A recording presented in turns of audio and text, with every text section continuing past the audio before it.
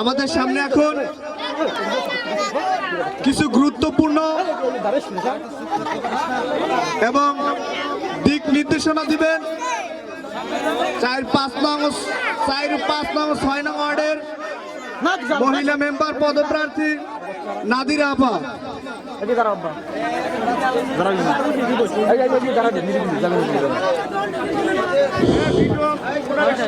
বিসমিল্লাহির রহমানির রহিম। আসসালামু আলাইকুম।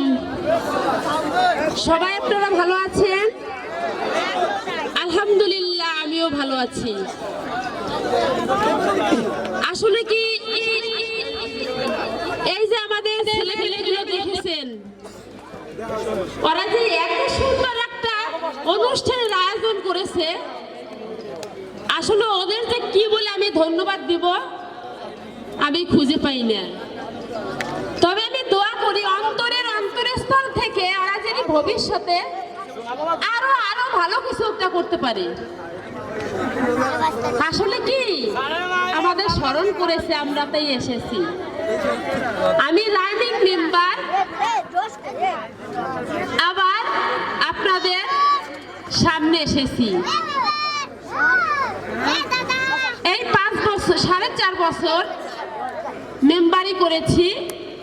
হয়তো কারো কাছে দিয়ে এসেছি, না দিয়ে এসেছি, সুখে এসেছি, দুঃখে এসেছি।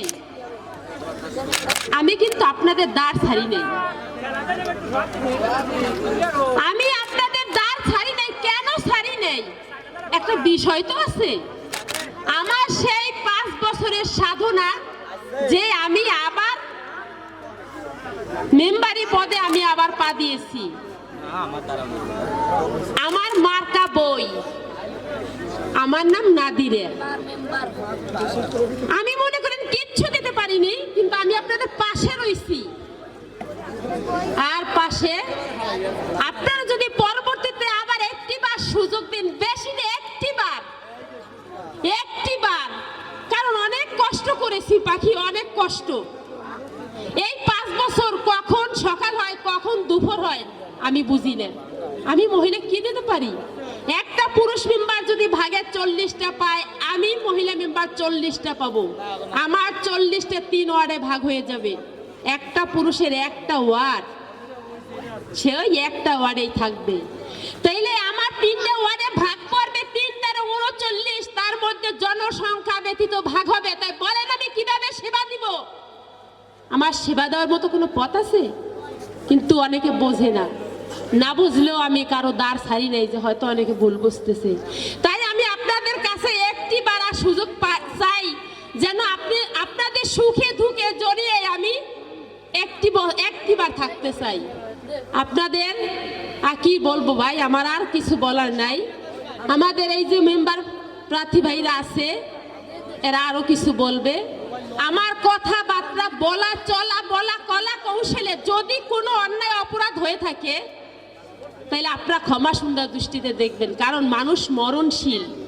এখানে এসেছি, হয়তো রাত আমি আবার নাও পেতে পারি। অনেকের সাথে চলেছি, বলেছি, অনেকের দুয়ার ঘুরেছি। আমার কথাবার্তায় যদি কেউ কোনো কষ্ট পেয়ে থাকেন, আপনারা ক্ষমা সুন্দর দৃষ্টিতে দেখবেন। এই বলে আমি আবারও ধন্যবাদ জানিয়ে, এই যে যারা এসেছে, যারা যে এত কষ্ট করে যে এই অনুষ্ঠানের আয়োজন করেছে, আমি আবারও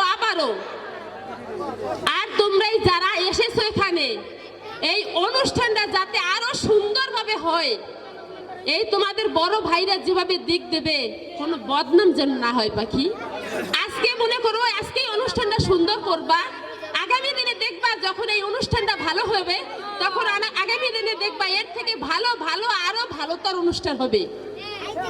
তোমরা এদিকে খেয়াল রাখবা, জানি কেউ তোমাদের মন্দ না বলে। আর আমাদের এই ছেলেপেলেদের আরো উৎসাহ দিয়ে আরো ভালো করো, এই আশা ব্যক্ত রেখে, এবং তোমাদের জন্য দোয়া রইল, তোমরা যেন আরো ভালো কিছু করতে পারো। এই বলে আমার ক্ষুদ্র বক্তব্য শেষ করি। আসসালামু আলাইকুম।